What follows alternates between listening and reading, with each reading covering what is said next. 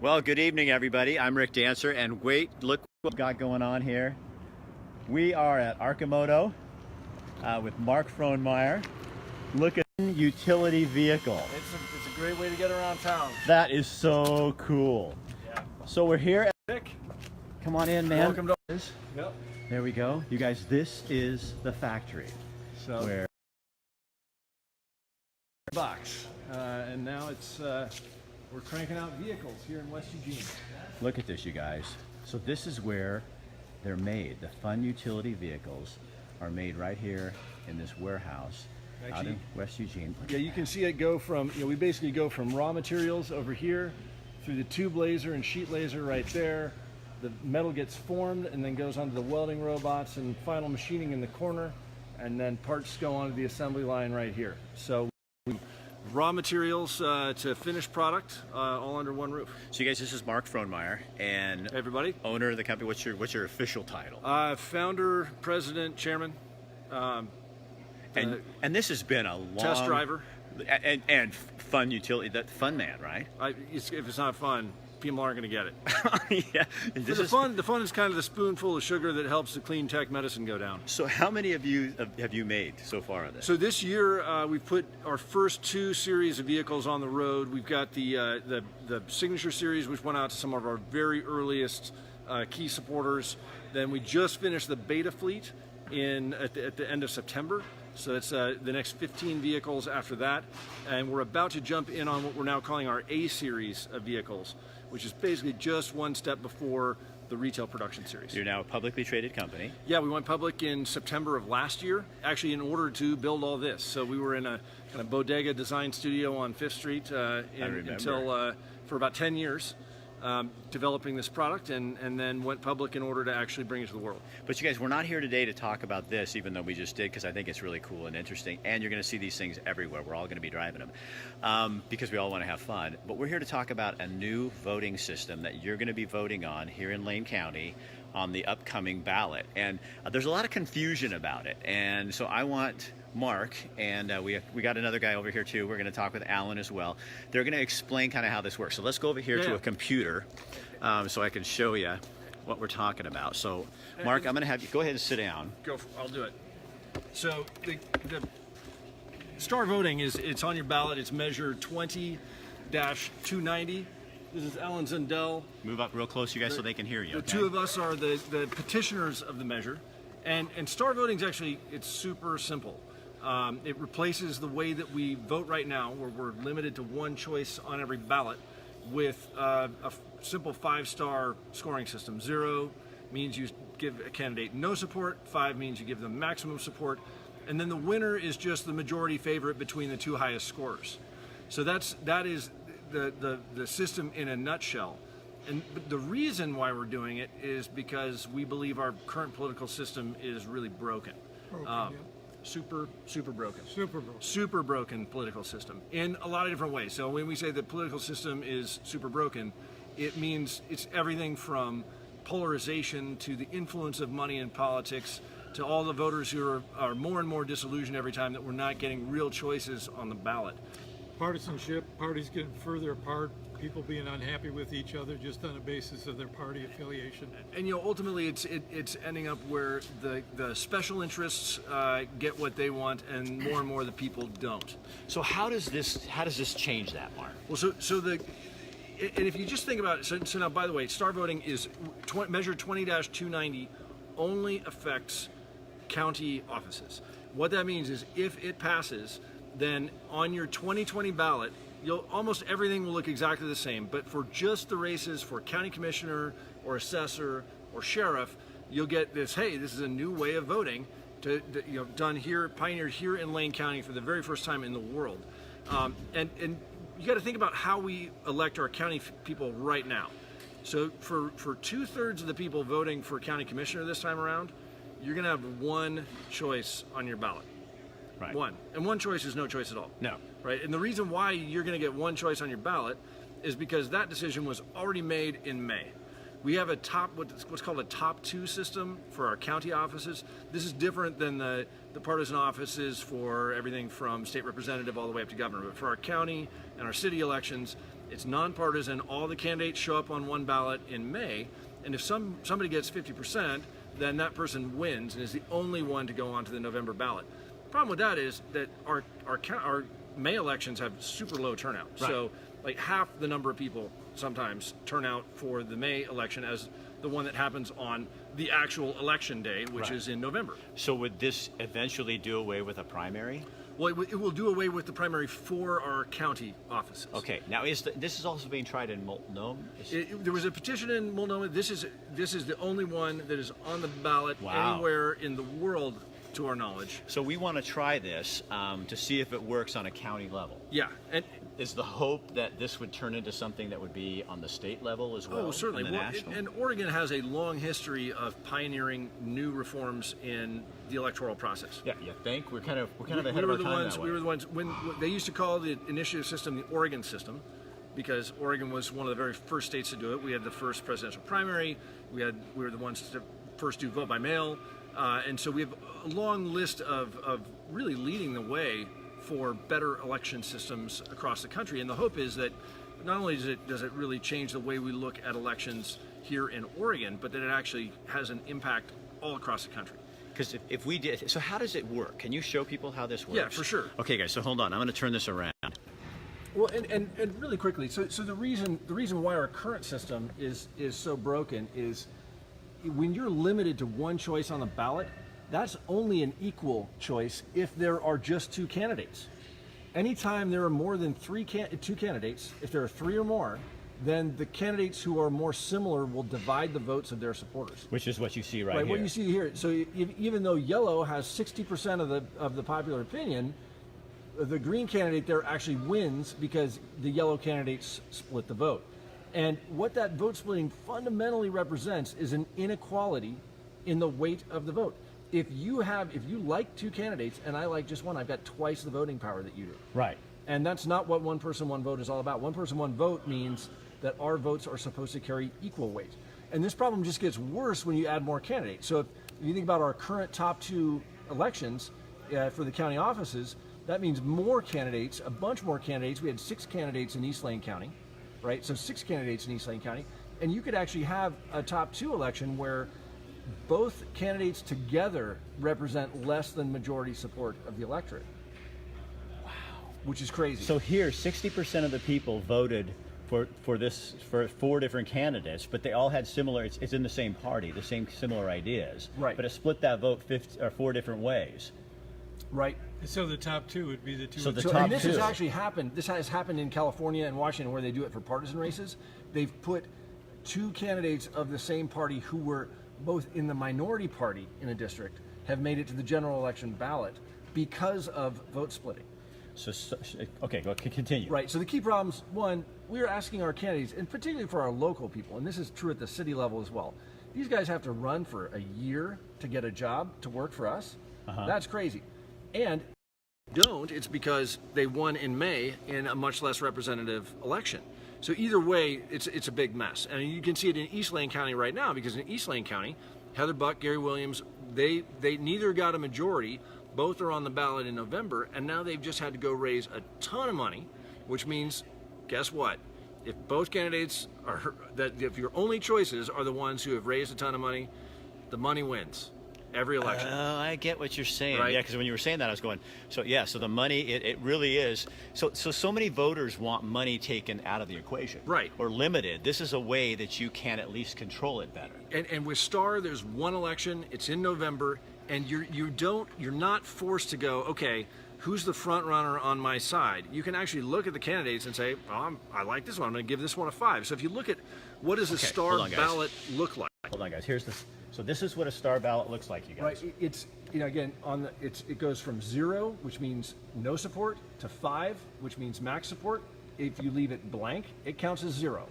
So on this, I like Ellen not too much, but I'm going to give him a point. Do you have to put all 5 in? No, again, you don't have. If you leave it blank, it's a 0. Okay. So if you want to vote just the way that you vote right now, all you do is give your one favorite maximum support, just like you do now, and move on to the next race. So this way, I like Bianca best, so I give her 5, but I also like Edith a lot. Right. So and the great thing about scoring versus saying ranking with scoring, you can give candidates the same score. If you say, hey, you know what, I really like both of these candidates the same, or I dislike them both the same, you can give them the same score. The way that the real neat twist in STAR, so this is just, again, a very simple 0 to 5 scoring ballot. It's the same as is used on Yelp, or on every time you take a ride share, you're asked to rate on a 5-star scale, or a product on Amazon. The twist in STAR is it's not just the single highest score who wins. It's the majority favorite between the 2 highest scores, right? So the scores show not just a level of support, but they show preference. And so the way STAR is counted, you take the 2 highest scores and you say, which did the voters prefer on their ballot more? In this case, if it was Desi and Bianca, and 170 voters scored Desi higher than Bianca, and 110 voters scored Bianca higher than Desi, well then Desi would win, 170 to 110. So your vote only goes ultimately to one candidate. Your vote goes to the candidate you scored higher between the 2 highest scoring candidates. Is the side benefit of this too, you guys, that, and tell me if I'm wrong, but it seems to me the side benefit too is then if I liked Erica and Bianca, the 2 top candidates, and I like one a little bit better, but if the second one wins, I still had a say in that. Yeah, oh, for sure. So I'm not going to be that person that's going, well, I didn't vote for them, they're not my congressman, or they're not my Lane County, in this case, my Lane County commissioner, because I can have a say in all of them, but I can rank them. Well, and even if you really if you think that none of the candidates you like have a shot at actually winning, you can still give the least distasteful candidate on the other side a 1 instead of a 0. Okay. Right? So and that gives you full power in helping prevent your worst outcome. Okay. And it's not like because you find a lot of people who are like, I'm not going to vote because I don't want to vote for the lesser evil, and so I'm just going to do a protest vote. In STAR, your protest vote can be just giving your least distasteful lesser evil 1 point out of 5, and that will make sure that if that one and a 0 are in the automatic runoff at the end, that your full support will help prevent your worst outcome from coming to pass. So what's the big obstacle to this right now? Well, I'm asking, scoot up just a little bit there. Okay. So the big argument against trying something new is that it's new, right? It is. And people fearful. This is a fearfulness. You can scoot in here too, Alan. And it's just distrust of our motives for one thing, or just fear of how it's going to work out, or whether. A lot of people ask, are other people going to understand it? Like, I seem to get it, but I'm worried about all these other voters who don't quite understand. There are a lot of dumb voters out there. I get it. But a lot of people, now we will say, we petitioned this to tens of thousands of Lane County voters. We found quite a number who were worried about the dumb average voters out there, but we didn't find any self-identified dumb average voters in all of Lane County. Nobody identified. No, nobody was.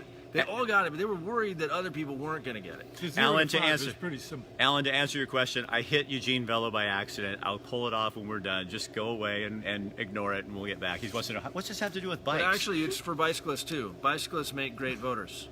That's kind of what I'm a cyclist. I kind of think so. So in terms of this will start when? If it gets voted and it passes. Well, and so again, STAR voting was invented here in Lane County. It came out of the Equal Vote Conference, which was a gathering of some of the nation's leading experts on voting reform. And it was here. It was here in Lane County at the University of Oregon Law School at the end of 2014. It's been vetted extensively. I mean, people have been taking shots at this thing for 4 years, trying to figure out how to break it, trying to figure out how to game it. Nobody has figured out a credible, strategic way of doing better than simply an honest vote in STAR voting, which gives us a lot of confidence that it will actually work. But again, it would start in 2020. Yeah, so it's a new thing. It's a new thing. So it's not, and yet there's no real formal opposition, like organized formal opposition. There's some people that have questions, but there's not formal opposition. You look in the voters pamphlet, there are 9 statements in favor, there are 0 statements opposed. There are a number of organizations that have taken a neutral position. The major parties, for example, have said, we don't want to be weighing in on a voting reform measure. But a lot of folks have now stepped up to endorse the measure. So how would this, including me, including you, but Mark and I have been talking about changing the way we vote for a decade. Yeah. God, when I ran for office, I saw, this is crazy, some of the things that happened, because I think people don't really understand that, especially like in the primary, and if this were county and statewide, everybody's paying for the primary, and there's the most growing segment of the population of voters is non-affiliated or independent voters. So they're not included in the two major parties, so they can't vote. The only reason why we need to vote twice on the same exact question is because our voting system asks us the least possible information we could possibly provide, which is who is the one candidate that you like out of this mix. The great thing about STAR is that it really lets you express whatever you want about the entire field of candidates. Now, if you only actually support one candidate, you can express that really well by giving your one favorite a 5.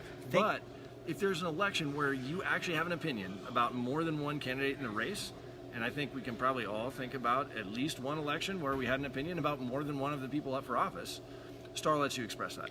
So think of the money the money we'd save. Oh, the money. I just mean money. I was like, who's the money? No, just by getting the money, yeah. by not having a primary.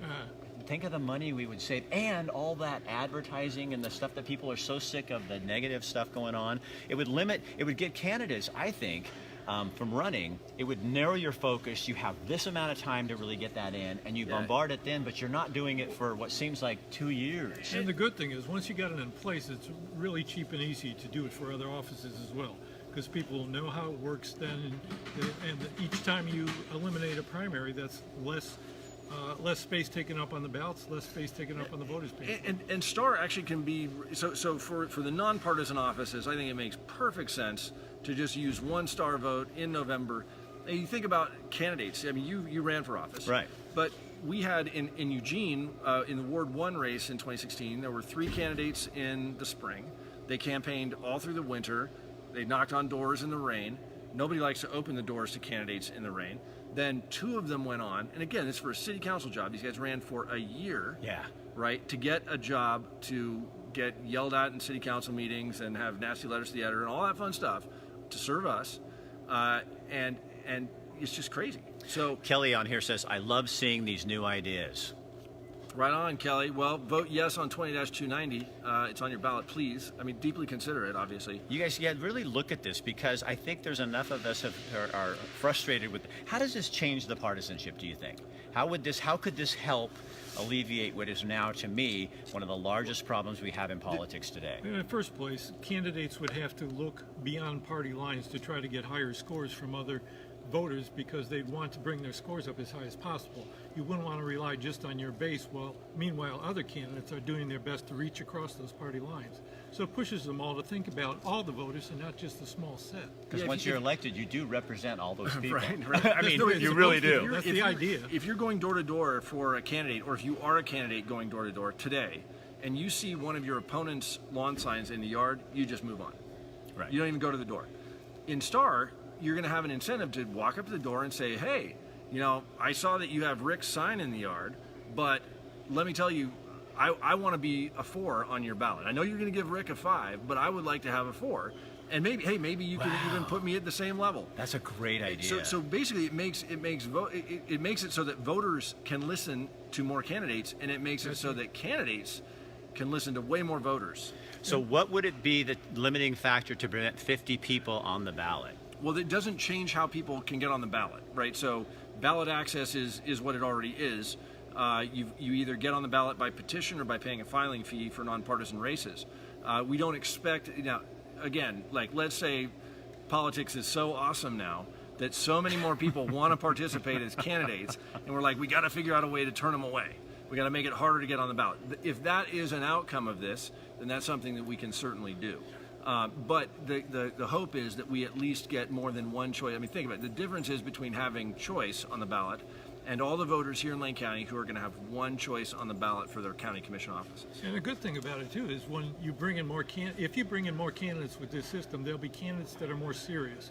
Because right now there's usually front runners and all the rest you don't even want to pay attention to, because they don't have any prospect of winning the election.